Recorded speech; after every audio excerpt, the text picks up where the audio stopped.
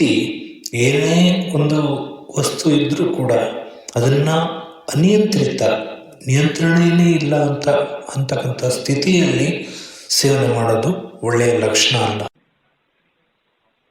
ನೀವೀಗ ಕೇಳುತ್ತಿದ್ದೀರಾ ಮಾಹಿತಿ ಖಜಾನೆಯ ಕಾರ್ಯಕ್ರಮಗಳನ್ನು. ಸಸ್ಯ ಪ್ರಪಂಚ, ಮನೆ ಅಂಗಳದಲ್ಲಿ ಬೆಳೆಯುವ ಔಷಧಿ ಸಸ್ಯಗಳನ್ನು ಪರಿಚಯಿಸುವ ವಿಶೇಷ ಕಾರ್ಯಕ್ರಮ. ಕೇಳಿ, ಆನಂದಿಸಿ ಹಾಗೂ ಸಬ್ಸ್ಕ್ರೈಬ್ ಮಾಡಿಕೊಳ್ಳಿ. ಕೇಳಿ ಸಸ್ಯ ಪ್ರಪಂಚ.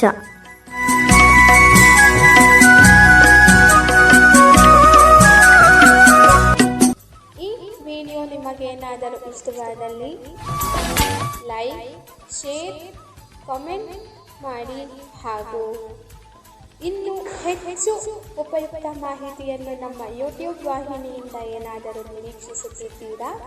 ನಿರೀಕ್ಷಿಸಿದಲ್ಲಿ ಬೆಲ್ ಐಕಾನ್ ಅನ್ನು ಕ್ಲಿಕ್ ಮಾಡುವುದರ ಮೂಲಕ ಸಬ್ಸ್ಕ್ರೈಬ್ ಆಗಿ.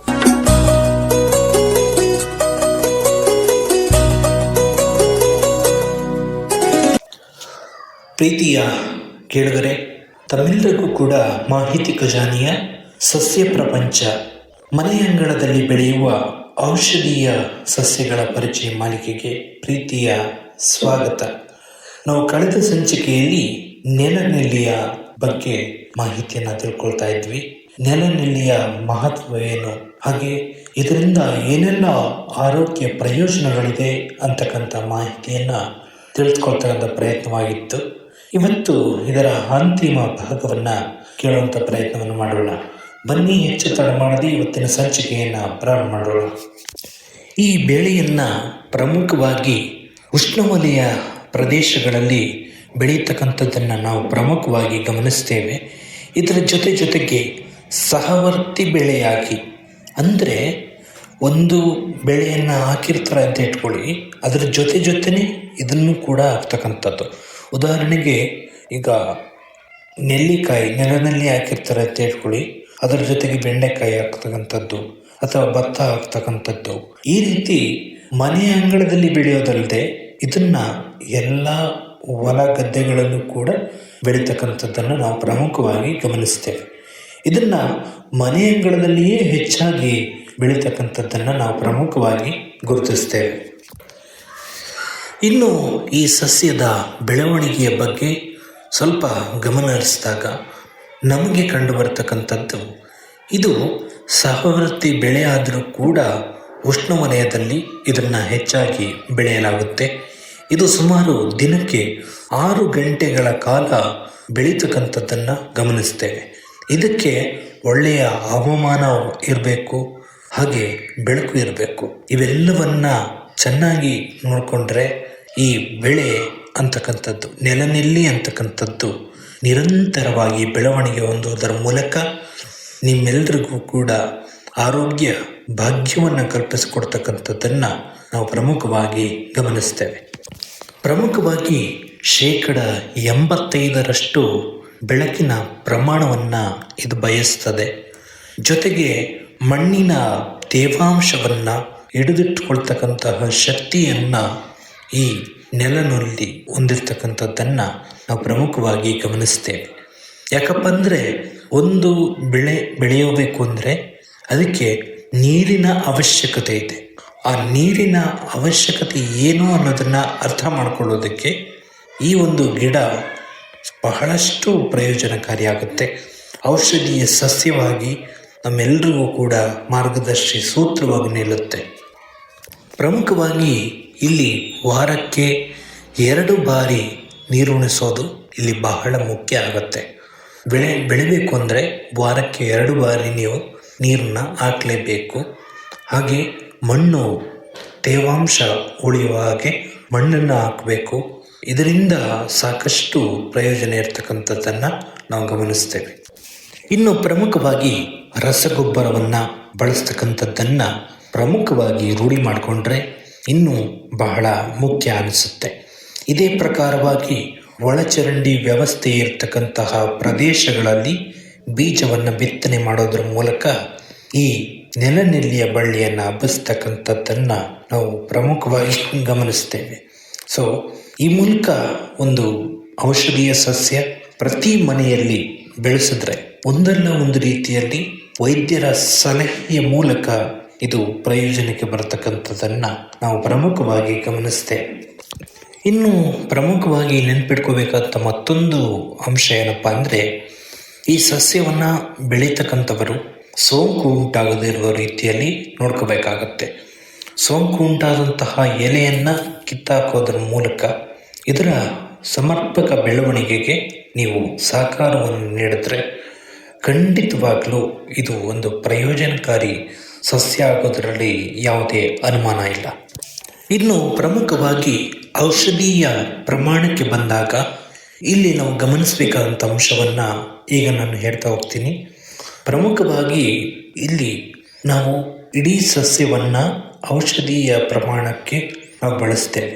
ಇದರಿಂದ ಯಾವುದೇ ಅಡ್ಡ ಪರಿಣಾಮವಾಗಲಿ, ಯಾವುದೇ ರೀತಿಯ ಕಾಯಿಲೆಗಳಾಗಲಿ ಉದ್ಭವ ಆಗುವಂತಹ ಸಾಧ್ಯತೆ ಇಲ್ಲ ಅಂತಕ್ಕಂಥದ್ದು ಈಗಾಗಲೇ ಸಾಕಷ್ಟು ವರದಿಗಳಿಂದ ತಿಳಿದು ಬಂದಿದೆ.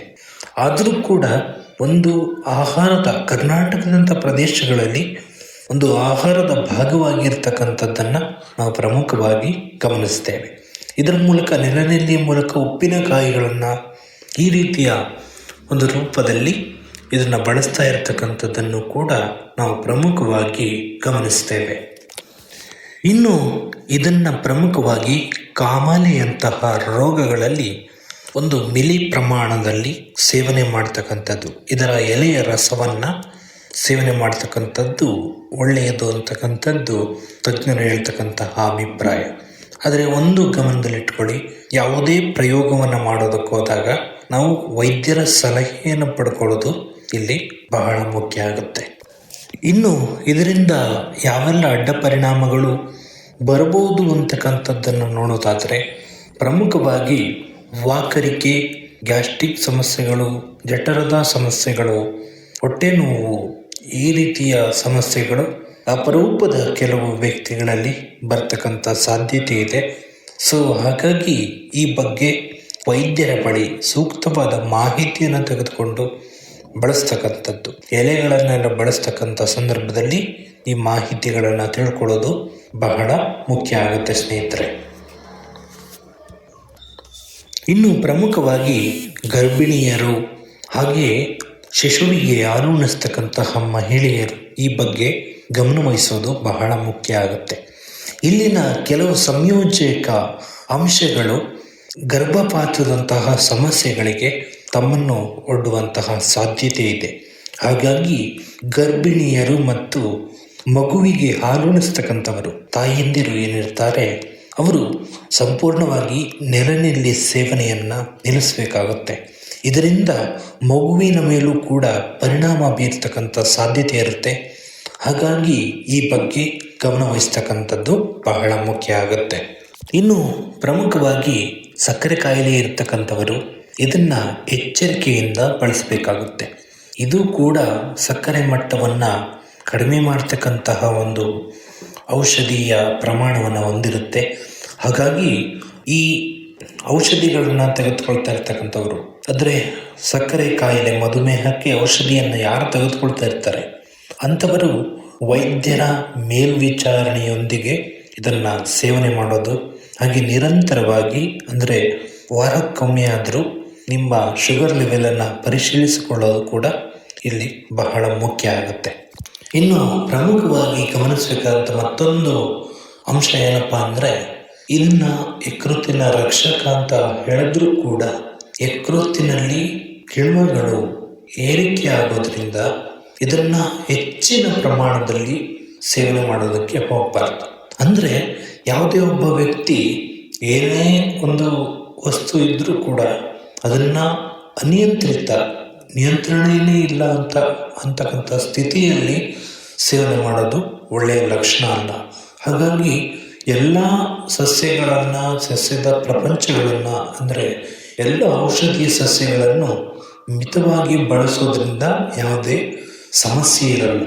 ಮೂಢನಂಬಿಕೆಯಲ್ಲಿ ಇದನ್ನು ಬಳಸಿದ್ರೆ ಅಪಾಯದ ಸನ್ನಿವೇಶಗಳು ಸೃಷ್ಟಿಯಾಗ್ತಕ್ಕಂಥ ಸಾಧ್ಯತೆ ಇರುತ್ತೆ.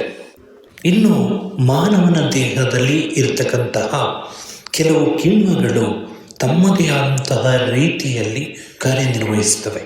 ಚಯಾಪಚಯ ಕಾರ್ಯದಲ್ಲಿ ಈ ಔಷಧೀಯ ಸಸ್ಯ ಪ್ರಯೋಜನಕಾರಿ ಎಂದು ಕಂಡುಬಂದರೂ ಕೂಡ ಕೆಲವು ಬಾರಿ ವಿಷಕಾರಿ ವಾತಾವರಣವನ್ನು ಸೃಷ್ಟಿಸ್ತಕ್ಕಂಥ ಸಾಧ್ಯತೆ ಇದೆ. ಹಾಗಾಗಿ ಇವುಗಳ ಬಗ್ಗೆ ಕೂಡ ಕೇಳುಗರು ಗಮನವಹಿಸ್ತಕ್ಕಂಥದ್ದು ಬಹಳ ಮುಖ್ಯ ಆಗುತ್ತದೆ. ಇನ್ನು ದೇಹದಲ್ಲಿ ಇರತಕ್ಕಂತಹ ಕೆಲವು ಕಿಣ್ವಗಳು ಏನಿರ್ತವೆ, ಇವು ಔಷಧೀಯ ಪ್ರಮಾಣ ಅಂತಕ್ಕಂಥದ್ದೇನಿದೆ, ಇದು ಹೆಚ್ಚಾದರೆ ಒಂದು ವೇಳೆ ಇದು ಬಹಳ ಸವಾಲಿನ ಸನ್ನಿವೇಶವನ್ನು ಕೂಡ ಸೃಷ್ಟಿಸ್ತಕ್ಕಂಥ ಸಾಧ್ಯತೆ ಇದೆ. ಹಾಗಾಗಿ ಈ ಬಗ್ಗೆ ಪ್ರಮುಖವಾಗಿ ಗಮನವಹಿಸ್ತಕ್ಕಂಥದ್ದು ಬಹಳ ಮುಖ್ಯ ಆಗುತ್ತೆ. ಏನೋ ಸಿಕ್ತು ಅಂತ ಹೇಳಿ ಹೆಚ್ಚಾಗಿ ಸೇವನೆ ಮಾಡ್ತಕ್ಕಂಥದ್ದು, ಈ ಒಂದು ವೇಳೆ ಹೆಚ್ಚಾಗಿ ಸೇವನೆ ಮಾಡಿದ್ರೆ ಏನು ಪರಿಣಾಮ ಉಂಟಾಗುತ್ತೆ ಅಂತ ನೋಡೋದಾದರೆ ಪ್ರಮುಖವಾಗಿ ರಕ್ತ ಹೆಪ್ಪುಗಟ್ಟುವಿಕೆ, ಹಾಗೆ ವಿಷಕಾರಿ ರಕ್ತದಲ್ಲಿ ವಿಷಕಾರಿ ಅಂಶಗಳು ಸೇರ್ಪಡೆ ಆಗೋದ್ರಿಂದ ಹಾಗೆ ರೋಗ ನಿರೋಧಕ ಶಕ್ತಿಯನ್ನು ಕಡಿಮೆ ಮಾಡ್ತಕ್ಕಂಥ ಸಾಧ್ಯತೆ ಕೂಡ ಇರತಕ್ಕಂಥದ್ದನ್ನು ನಾವು ಪ್ರಮುಖವಾಗಿ ಗಮನಿಸ್ತೇವೆ. ಇನ್ನು ಪ್ರಮುಖವಾಗಿ ಗಮನಿಸಬೇಕು ಅಂದರೆ ಇಲ್ಲಿ ಎಲ್ಲದಕ್ಕೂ ಕೂಡ ಸಂಶೋಧನೆ ಅಂತಕ್ಕಂಥದ್ದು ಅಗತ್ಯ ಇದೆ. ಈ ಔಷಧಿಯನ್ನು ಬಳಸಿ ಅಂತ ಶಿಫಾರಸು ಮಾಡೋದು ಮುಖ್ಯ ಅಲ್ಲ, ಇದನ್ನು ಬಳಸಿದ್ರೆ ಏನೆಲ್ಲ ಪರಿಣಾಮಗಳು ಉಂಟಾಗುತ್ತೆ ಅಂತಕ್ಕಂಥದ್ದನ್ನು ಸಂಶೋಧನೆ ಮಾಡಬೇಕಾಗಿದೆ. ಪ್ರಮುಖವಾಗಿ ಕ್ಲಿನಿಕಲ್ ಪ್ರಯೋಗಗಳು ಇಲ್ಲಿ ನಡಿಬೇಕಾಗುತ್ತೆ. ಯಾವ ವ್ಯಕ್ತಿಗಳು ಇದನ್ನು ಬಳಸ್ಬೋದು, ಹಾಗೆ ಇದರಿಂದ ಬಳಸೋದ್ರಿಂದ ಏನೆಲ್ಲ ಪರಿಣಾಮ ಆಗುತ್ತೆ, ಇದನ್ನು ಹೇಗೆ ತಡೆಗಟ್ಟಬೇಕು ಅಂತಕ್ಕಂಥದ್ದನ್ನು ನಾವು ಮೊದಲು ಕಂಡುಕೋಬೇಕಾಗತ್ತೆ. ಇನ್ನೂ ಪ್ರಮುಖವಾಗಿ ಹೇಳಬೇಕು ಅಂದರೆ ಯಕೃತ್ತಿನ ಮೇಲೆ ಯಾವ ಪರಿಣಾಮಗಳನ್ನು ಇದು ಬೀರಬಹುದು, ಹಾಗೆ ದೀರ್ಘಾವಧಿಗೆ ಇದನ್ನು ಬಳಸ್ಬೋದಾ, ಇದರಿಂದ ವಿಷಕಾರಿ ಅಂಶಗಳು ಏನೆಲ್ಲ ಹೊರಹೊಮ್ಮಬಹುದು ಅಂತಕ್ಕಂಥದ್ದನ್ನು ಕೂಡ ಸಂಶೋಧನೆ ಮಾಡ್ತಕ್ಕಂತಹ ಅಗತ್ಯವಿದೆ. ಹೀಗೆ ಯಾವುದೇ ಔಷಧೀಯ ಸಸ್ಯವನ್ನು ಬಳಸಬೇಕು ಅಂದರೂ ಕೂಡ ಸಾಕಷ್ಟು ಸವಾಲುಗಳು ಇರತಕ್ಕಂಥದ್ದನ್ನು ಗಮನಿಸ್ಬೋದು. ಮಿತವಾಗಿ ಇದನ್ನು ಬಳಸೋದ್ರಿಂದ ಯಾವುದೇ ಸವಾಲುಗಳಿರಲ್ಲ, ಆದರೆ ನಿರಂತರವಾಗಿ ಇದನ್ನು ಬಳಸೋದಕ್ಕೆ ಇನ್ನೂ ಕೂಡ ಯಾವುದೇ ಆರೋಗ್ಯ ಕ್ಷೇತ್ರದಲ್ಲಿ ಅನುಮತಿ ಇಲ್ಲದೇ ಇರೋ ಕಾರಣದಿಂದ ಇದರ ಬಗ್ಗೆ ಗಂಭೀರವಾಗಿ ಯೋಚಿಸಿ ಇದರ ಒಂದು ನೆಲನೆಲ್ಲಿಕಾಯಿಯನ್ನು ಮಾತ್ರ ಬಳಸೋದ್ರ ಮೂಲಕ ನಿಮ್ಮ ಆರೋಗ್ಯವನ್ನು ಕಾಪಾಡಿಕೊಂಡಾಗ ಎಲ್ಲರೂ ಕೂಡ ಸುರಕ್ಷಿತರಾಗಿ ಇರೋದಕ್ಕೂ ಕೂಡ ಇದು ಸಹಕಾರಿಯಾಗುತ್ತೆ ಅಂತಕ್ಕಂಥ ಅಭಿಪ್ರಾಯದೊಂದಿಗೆ ಈ ಕಾರ್ಯಕ್ರಮವನ್ನು ಮುಗಿಸ್ತಾ ಇದ್ದೀನಿ. ಮತ್ತೆ ಮುಂದಿನ ಕಾರ್ಯಕ್ರಮದಲ್ಲಿ ಮತ್ತಷ್ಟು ವಿಶೇಷತೆಯೊಂದಿಗೆ ನಿಮ್ಮನ್ನು ಭೇಟಿಯಾಗ್ತೀನಿ. ಅಲ್ಲಿಯವರೆಗೂ ಮಾಹಿತಿ ಖಜಾನೆಯ ಕಾರ್ಯಕ್ರಮಗಳನ್ನ ಕೇಳ್ತಾ ಇರಿ, ನಿಮ್ಮ ಆತ್ಮೀಯರೊಂದಿಗೆ ಹಂಚಿಕೊಳ್ಳಿ. ಹಾಗೆ ಇನ್ನೂ ಯಾರು ಸಬ್ಸ್ಕ್ರೈಬ್ ಮಾಡಿದ್ರೆ ನೋಡ್ತಾ ಇದ್ದೀರಿ, ಈ ಕೂಡಲೇ ಸಬ್ಸ್ಕ್ರೈಬ್ ಮಾಡ್ಕೊಳ್ಳಿ.